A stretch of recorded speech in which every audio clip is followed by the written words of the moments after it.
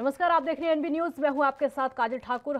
भारतीय महिला hockey team ने यादगार प्रदर्शन करते हुए पहली बार ओलंपिक के सेमीफाइनल में जगह बना ली है। सोमवार को खेले गए क्वार्टर फाइनल में भारत ने वर्ल्ड नंबर 4 ऑस्ट्रेलिया को 1-0 से हराकर मात दे दी है। जीत की नायिका गोलकीपर सविता पूनिया रही। उन्होंने कुल 9 बेहतरीन बचाव किए और वहीं भारत के लिए एकमात्र और निर्णायक गोल गुरजीत कौर ने 22वें मिनट में पेनल्टी कॉर्नर पर किया है। अब सेमीफाइनल में भारत का सामना 4 अगस्त को अर्जेंटीना से होगा, जिसने जर्मनी को 3-0 से हराकर सेमीफाइनल में जगह बना ली है।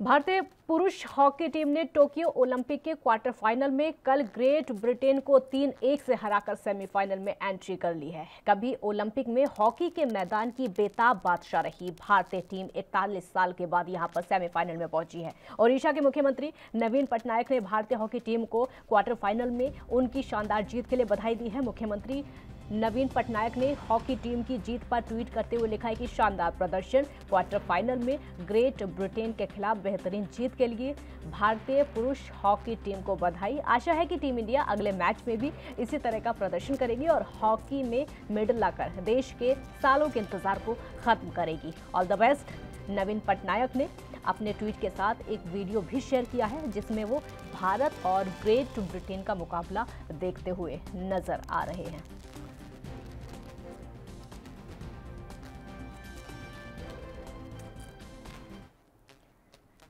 उत्तर प्रदेश और मध्य प्रदेश में लगातार तेज बारिश से मंदाकिनी नदी का पानी खतरे के निशान से 4 मीटर ऊपर पहुंच गया है। हर घंटे 45 सेंटीमीटर की रफ्तार से बढ़ रही नदी रौद्र रूप धारण कर रही है।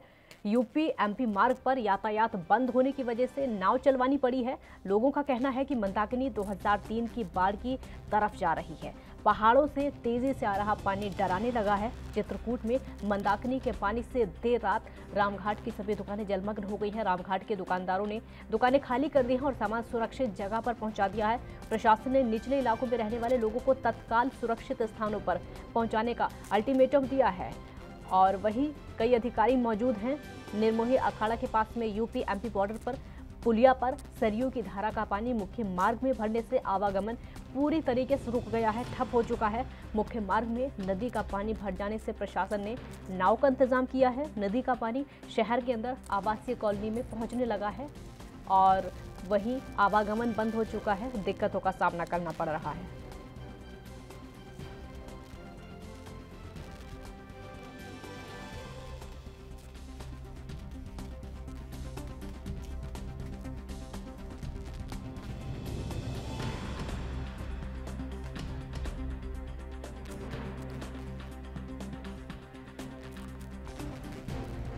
लगातार बरसात हो रही है। कई राज्यों में बरसात की स्थिति देखने को मिल रही है और बाढ़ की स्थिति भी इस समय हो चुकी है। हम आपको अगर उत्तर प्रदेश की बात बताएं या फिर उत्तराखंड की, बिहार में भी कई ऐसी जगह है, मध्य प्रदेश में भी कई ऐसी जगह है।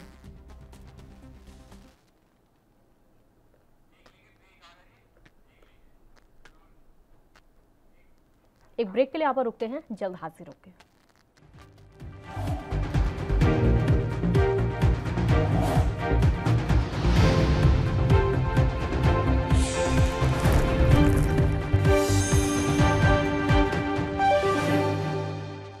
ब्रेक के बाद एक बार फिर स्वागत है आपका। मुख्यमंत्री योगी आदित्यनाथ की लाइव तस्वीर आपको दिखाते हैं। मुख्यमंत्री अधिकारियों के साथ में बैठक करें। तस्वीर आपके सामने।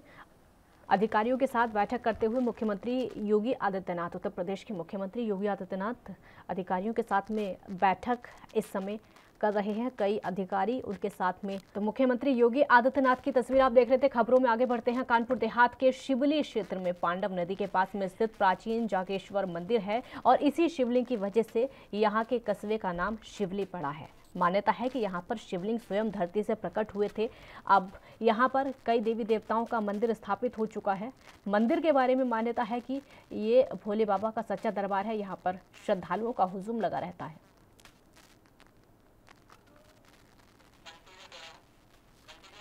और वहीं पीवी सिंधु के इतिहास रचने पर लोकसभा सांसद अजय भट्ट ने उन्हें शुभकामनाएं दी हैं। साथ ही साथ उन्होंने अन्य मुद्दों पर भी अपनी प्रतिक्रिया दी है। क्या कुछ कहा है, वो आपको सुनवा देते हैं। हमारी बेटी ने एक नया इतिहास रचा है, पीवी संधू ने। हार्दिक बधाई देते हैं, शुभकामनाएं देते हैं।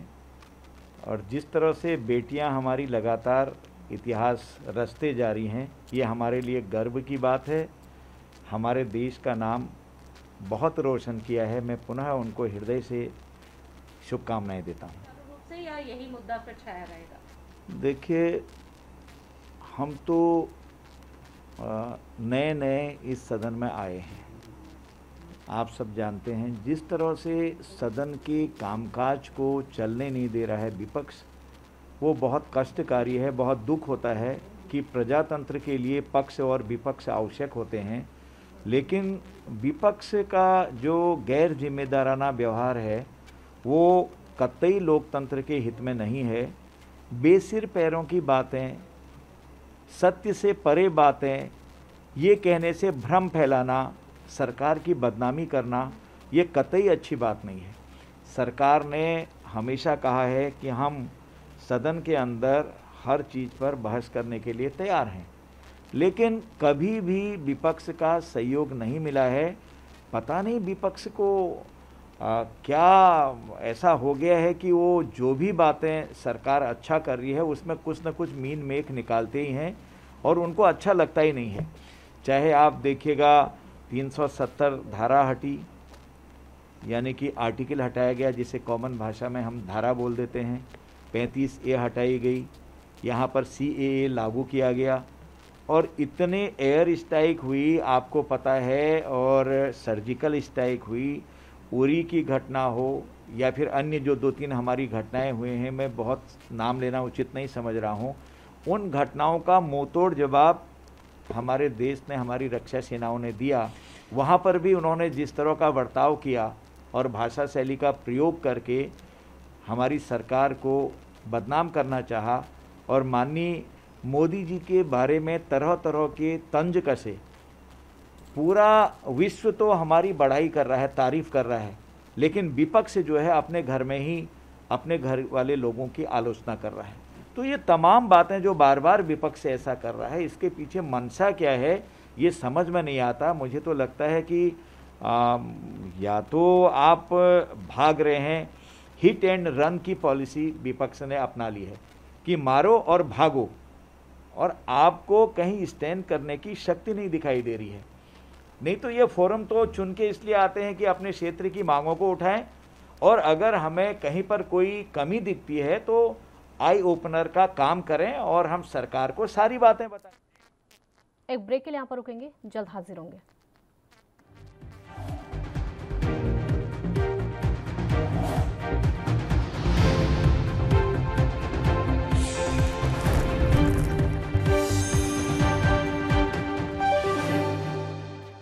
ब्रेक के बाद एक बार फिर स्वागत है आपका। बच्चों की पढ़ाई को देखते हुए पंजाब सरकार के आदेशों के मुताबिक आज पूरे पंजाब में शिक्षा संस्थान तकरीबन 1.5 साल के बाद शुरू कर दिए गए हैं, जिससे बच्चों की पढ़ाई स्कूलों में ही हो सके।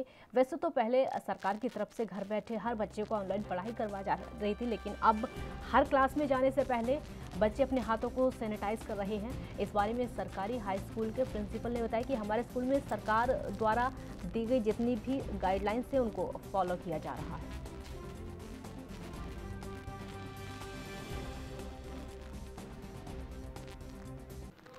ਸਕੂਲ ਖੁੱਲ੍ਹਣ ਦਾ ਫੈਸਲਾ ਲੈ ਕੇ ਬੱਚਿਆਂ ਤੇ ਅਧਿਆਪਕਾਂ ਵਿੱਚ ਔਰ ਉਹਨਾਂ ਦੇ ਮਾਪਿਆਂ ਵਿੱਚ, ਬੱਚਿਆਂ ਦੇ ਜਿਹੜੇ ਮਾਪੇ ਹੈ, ਬਹੁਤ ਵਧੀਆ ਉਤਸ਼ਾਹ ਵੇਖਣ ਨੂੰ ਮਿਲ ਰਿਹਾ ਹੈ। ਸਾਰੇ ਹੀ ਬੜੇ ਚਾਅ ਨਾਲ ਸਕੂਲ ਆਏ ਹੈ ਬੱਚੇ, ਕਿਉਂਕਿ ਲਗਭਗ 4.5 ਮਹੀਨੇ ਤੋਂ ਬਾਅਦ ਇਹ ਸਕੂਲ ਖੁੱਲ੍ਹਿਆ ਹੈ। ਬੱਚਿਆਂ ਦੀ ਪੜ੍ਹਾਈ ਦਾ ਕਾਫੀ ਨੁਕਸਾਨ ਹੋ ਰਿਹਾ ਸੀ। ਗੌਰਮੈਂਟ ਦੇ ਹਦਾਇਤਾਂ ਮੁਤਾਬਕ ਪਹਿਲਾਂ ਆਨਲਾਈਨ ਕਲਾਸਿਸ ਲੱਗ ਰਹੀਆਂ ਸਨ, ਪਰ ਆਫਲਾਈਨ ਕਲਾਸਿਸ ਦੀ ਤੁਲਨਾ ਵਿੱਚ ਆਨਲਾਈਨ ਕਲਾਸਿਸ ਵਿੱਚ ਉਹਨਾਂ ਬੱਚਿਆਂ ਨੂੰ ਸਿੱਖਣ ਨੂੰ ਨਹੀਂ ਮਿਲ ਰਿਹਾ ਸੀ। ਇਸ ਕਰਕੇ ਬੱਚੇ ਅੱਜ ਬਹੁਤ ਹੀ ਉਤਸ਼ਾਹ ਨਾਲ ਸਕੂਲ ਆਏ ਹੈ। ਸਰਕਾਰ ਦੀਆਂ ਗਾਈਡਲਾਈਨਸ ਹੈ, ਕਰੋਨਾ ਨੂੰ ਲੈ ਕੇ ਜਿਹੜੀਆਂ ਗਾਈਡਲਾਈਨਸ ਹੈ, ਕਿਸ ਤਰ੍ਹਾਂ ਫੋਲੋ ਕਰਵਾ ਰਹੇ ਬੱਚਿਆਂ ਨੂੰ? ਅਸੀਂ ਸਭ ਤੋਂ ਪਹਿਲਾਂ ਐਂਟਰੀ ਤੇ ਹੀ ਬੱਚਿਆਂ ਦੇ ਹੈਂਡ ਸੈਨੀਟਾਈਜ਼ ਕਰ ਰਹੇ ਹਾਂ। ਬੱਚਿਆਂ ਨੂੰ ਮਾਸਕ ਦੀ ਵਰਤੋਂ ਦੇ ਬਾਰੇ ਦੱਸਿਆ ਗਿਆ ਹੈ ਤੇ ਸਾਰੇ ਹੀ ਬੱਚੇ ਮਾਸਕ ਦੀ ਵਰਤੋਂ ਕਰ ਰਹੇ ਹੈ। ਜੇਕਰ ਕੋਈ ਬੱਚਾ ਮਾਸਕ ਲੈ ਕੇ ਵੀ ਨਹੀਂ ਆਉਂਦਾ ਤਾਂ ਅਸੀਂ ਗਵਰਨਮੈਂਟ ਹਸਪੀਟਲ ਤੋਂ ਵੀ ਪ੍ਰੋਵਾਈਡ ਕੀਤੇ ਹੋਏ ਜਿਹੜੇ ਮਾਸਕ ਹੈ ਉਹ ਬੱਚਿਆਂ ਨੂੰ ਦੇ ਰਹੇ ਹਾਂ, ਫ੍ਰੀ ਆਫ ਕੋਸਟ ਦੇ ਰਹੇ ਹਾਂ। ਐਸੇ ਨਾਲ ਸਾਨੂੰ ਸਰਕਾਰ ਨੇ ਗ੍ਰਾਂਟਸ ਵੀ ਜਾਰੀ ਕੀਤੀ ਸੀ ਬੱਚਿਆਂ ਨੂੰ ਸੈਨੀਟਾਈਜ਼ ਕਰਵਾਉਣ ਵਾਸਤੇ। ਤੁਸੀਂ ਵੇਖ ਰਹੇ ਹੋ ਸੈਨੀਟਾਈਜ਼ਰ ਸਟੈਂਡ ਵੀ ਲੱਗਿਆ ਹੋਇਆ ਹੈ ਤੇ ਬੱਚਿਆਂ ਦਾ ਸੈਨੀਟਾਈਜ਼ਰ ਹੈਂਡ ਆਪਾਂ ਕਰਵਾ ਹੀ ਰਹੇ ਹਾਂ। ਇਸ ਤੋਂ ਇਲਾਵਾ ਬੱਚਿਆਂ ਨੂੰ ਅਸੀਂ ਸਵੇਰ ਦੀ ਸਭਾ ਵਿੱਚ ਕਲਾਸਰੂਮ ਵਿੱਚ ਉਹਨਾਂ ਨੂੰ ਕੋਵਿਡ ਦੀ ਜਿਹੜੀ ਹਦਾਇਤਾਂ ਉਹ ਪਾਲਣ ਕਰਨ ਲਈ ਦੱਸ ਰਹੇ ਹਾਂ, ਮੋਟੀਵੇਟ ਕਰ ਰਹੇ ਹਾਂ। ਬੱਚਿਆਂ ਨੂੰ ਬਾਰ-ਬਾਰ ਹੱਥ ਧੋਣ ਲਈ ਕਹਿ ਰਹੇ ਹਾਂ। ਕਿਸੇ ਪ੍ਰਕਾਰ ਦੀ ਕੋਈ ਚੀਜ਼ਾਂ ਨੂੰ ਆਪਸ ਵਿੱਚ ਸ਼ੇਅਰ ਨਾ ਕਰਨ, ਦੂਰੀ ਬਣਾ ਕੇ ਰੱਖਣ, ਆਪਸ ਵਿੱਚ 6 ਫੁੱਟ ਦੀ ਦੂਰੀ ਬਣਾ ਕੇ ਰੱਖਣ। ਸਤਿ ਸ਼੍ਰੀ ਅਕਾਲ। ਇਹ ਗਵਰਨਮੈਂਟ ਵੱਲੋਂ ਬਹੁਤ ਵਧੀਆ ਫੈਸਲਾ ਕੀਤਾ ਗਿਆ ਸਕੂਲ ਖੋਲ੍ਹਣ ਦਾ, ਕਿਉਂਕਿ ਬੱਚੇ ਆ ਜਿਹੜੇ ਛੋਟੇ ਬੱਚੇ ਹੋਣ ਕਰਕੇ ਇਹ ਘਰੇ ਉਹਨਾਂ ਜਾਂ ਔਨਲਾਈਨ ਸਟੱਡੀ ਦਾ ਇਹਨਾਂ ਨੂੰ ਉਨਾ ਫਾਇਦਾ ਨਹੀਂ ਮਿਲਦਾ ਜਿੰਨਾ ਇਹਨਾਂ ਨੂੰ ਆਫਲਾਈਨ ਸਟੱਡੀ ਦਾ ਮਿਲੇਗਾ। ਤਾਂ ਬੱਚਿਆਂ ਦੇ ਨਾਲ ਵੀ ਸਕੂਲ ਦੇ ਵਿੱਚ ਰੌਣਕ ਆ, ਤਾਂ ਬੱਚੇ ਅੱਜ ਬਹੁਤ ਹੀ ਉਤਸ਼ਾਹ ਨਾਲ ਆਏ ਆ। ਪੇਰੈਂਟਸ ਵੀ ਬਹੁਤ ਖੁਸ਼ ਨੇ ਵੀ ਸਾਡੇ ਬੱਚਿਆਂ ਦੇ ਸਕੂਲ ਖੁੱਲ੍ਹ ਰਹੇ ਆ। ਸਰਕਾਰ ਵੱਲੋਂ ਕਰੋਨਾ ਨੂੰ ਲੈ ਕੇ ਗਾਈਡਲਾਈਨ ਜਾਰੀ ਕੀਤੀਆਂ ਗਈਆਂ ਨੇ, ਕਿਸ ਤਰ੍ਹਾਂ ਦੇਖਦੇ ਹੋ ਗਾਈਡਲਾਈਨਸ ਨੂੰ ਬੱਚਿਆਂ ਨੂੰ ਫੋਲੋ ਕਰਵਾ ਰਹੇ ਹੋ? ਹਾਂਜੀ, ਸਕੂਲਾਂ ਦੇ ਵਿੱਚ ਕੋਵਿਡ ਨਾਲ ਜਿੰਨੀਆਂ ਵੀ ਹਦਾਇਤਾਂ ਜਾਰੀ ਕੀਤੀਆਂ ਗਈਆਂ ਸਭ ਦਾ ਪਾਲਣ ਹੋ ਰਿਹਾ। ਬੱਚਿਆਂ ਦੇ ਹੈਂਡ ਸੈਨੀਟਾਈਜ਼ ਕੀਤੇ ਜਾ ਰਹੇ ਆ, ਬੱਚਿਆਂ ਨੂੰ ਮਾਸਕ ਵੀ ਪ੍ਰੋਵਾਈਡ ਕੀਤੇ ਜਾ ਰਹੇ ਆ, ਅਤੇ ਬੱਚਿਆਂ ਨੂੰ ਮਾਸਕ ਦੀ ਮਹੱਤਤਾ ਵੀ ਦੱਸਿਆ ਜਾ ਰਿਹਾ ਵੀ ਸੋਸ਼ਲ ਡਿਸਟੈਂਸਿੰਗ ਵੀ ਰੱਖਣੀ ਆ। ਅਤੇ ਜੇ ਕਿਸੇ ਬੱਚੇ ਨੂੰ ਕਿਸੇ ਵੀ ਕਿਸਮ ਦੀ ਕੋਈ ਪ੍ਰੋਬਲਮ ਆਉਂਦੀ ਆ, ਖਾਂਸੀ ਜ਼ੁਕਾਮ ਜਾਂ ਕੁਛ ਵੀ आ, वो आपके टीचर। कांग्रेस नेता राजेश राठौड़ ने जेडीयू पर निशाना साधते हुए कहा कि उपेंद्र कुशवाहा भी जनता दल में नए आए हैं, उनकी इच्छा के विरुद्ध कोई राष्ट्रीय अध्यक्ष बना तो नीतीश कुमार की वो चमचागिरी करेंगे। और वहीं उन्होंने पीएम बनने के भी कई मटेरियल बताए। इस दौरान उन्होंने ओवैसी पर भी निशाना साधा।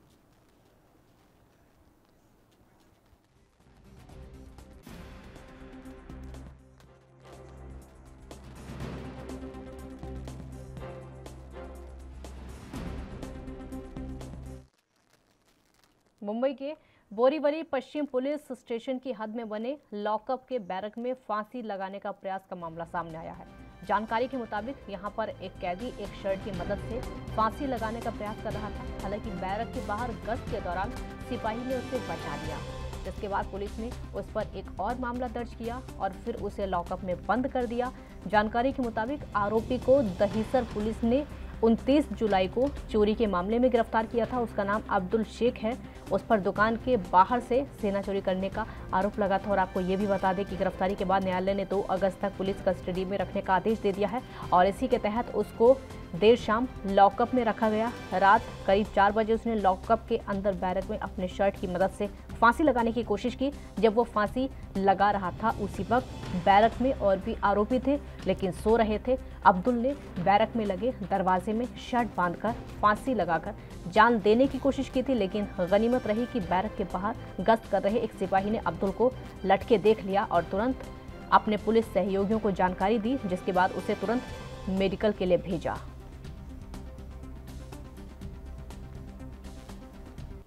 मुंबई के बोरीवली लॉकअप से एक अब्दुल शेख नामक आरोपी द्वारा आत्महत्या करने का मामला सामने आया है। इस वक्त उपस्थित है मुंबई के उसी बोरीवली के लॉकअप के बाहर, जहां आप देख पा रहे हैं कि ये लॉकअप है जहां पर तमाम जो नॉर्थ रीजन के आरोपी होते हैं उनको यहां लाया जाता है, खासकर जब उनको पुलिस कस्टडी दी जाती है।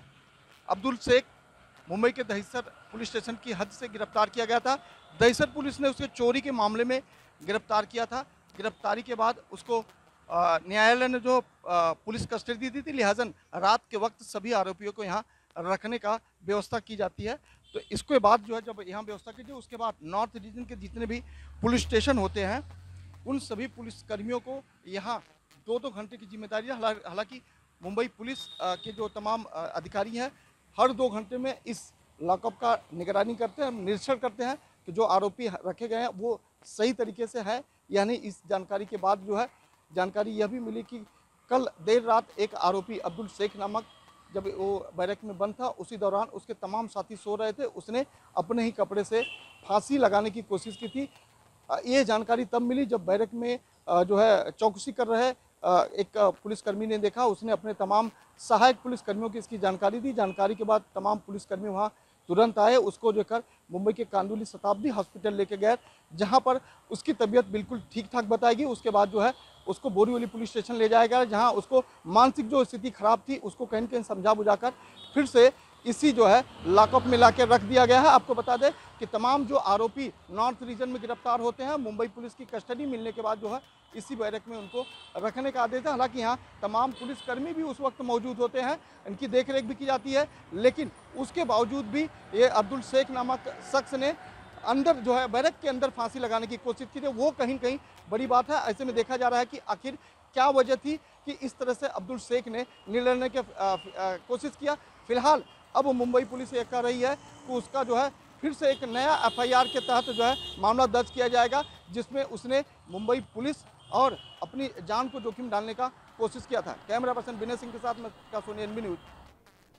खबर उत्तर प्रदेश के गोंडा से है, जहां सावन महीने में भगवान शिव के मंदिरों में आस्था का सैलाब उमड़ रहा है। आज सावन का दूसरा सोमवार है और बड़ी संख्या में भगवान भोले के भक्त हर हर महादेव के जयकारों के साथ भोलेनाथ का जलाभिषेक लगातार कर रहे हैं। शहर के प्रसिद्ध मंदिर पर हजारों की संख्या में शिव भक्तों ने पहुंचकर जलाभिषेक किया और सुख समृद्धि की कामना की।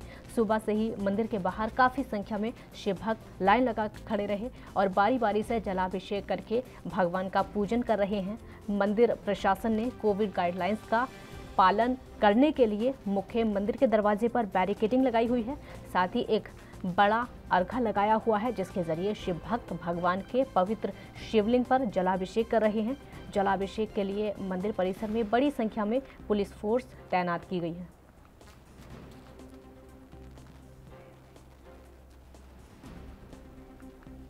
सावन का महीना शुरू होते ही शिव जी की पूजा अर्चना होना शुरू हो जाता है और सावन का महीना सबसे पवित्र माना जाता है। हिंदू धर्म के मान्यता के अनुसार भगवान शिव सावन के महीने में अपने भक्तों से अति प्रसन्न रहते हैं। जो भक्त भगवान शिव की सावन के महीने में पूजा अर्चना करते हैं, भगवान उनकी मनोकामना पूरी करते हैं। और इसी कड़ी में आज सावन के दूसरे सोमवार के दिन मथुरा ब्रज के तमाम मंदिरों में भगवान शिव की पूजा अर्चना की गई और वहीं गिरिराज धाम गोवर्धन के चकलेश्वर स्थित महादेव शिव चिंताहरण महादेव और मथुरा के कोतवाल कहे जाने वाले मंदिर में आज सुबह से ही भक्तों का तांता लगा हुआ है।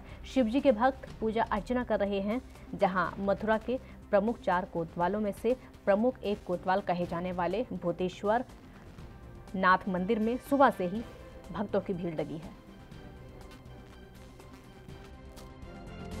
मान्यता ये है कि ये केदारनाथ के उपलिंग हैं और केदारनाथ के उपलिंग हैं। जो कि व्यक्ति केदारनाथ नहीं जा पाते हैं वो यहाँ पर इनका अभिषेक करते हैं, जल चढ़ाते हैं, पूजा अर्चना करते हैं।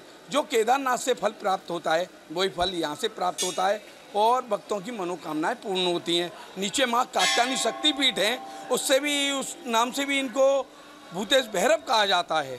और मथुरा के ब्रज चौराहे यूपी के चंदौली में पुलिस ने वाहन चेकिंग के दौरान 2 मोटरसाइकिल पर सवार 4 बदमाशों को घेराबंदी करके धर दबोचा है।